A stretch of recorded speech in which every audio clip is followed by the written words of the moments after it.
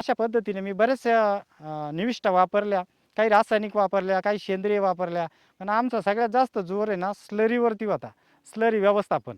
सरकी पेंड असो, त्याच्यामध्ये गूळ असो किंवा बॅक्टेरिया असो, म्हणजे NPKच्या ज्या बॅक्टेरिया आहे, PSB, KMB त्याचा वापर असो, हे वेळोवेळी आम्ही त्याचा बॅक्टेरियाचा वापर करूनही बी झाडांना चांगल्या प्रकारे आम्ही अन्नद्रव्याचं व्यवस्थापन केलं.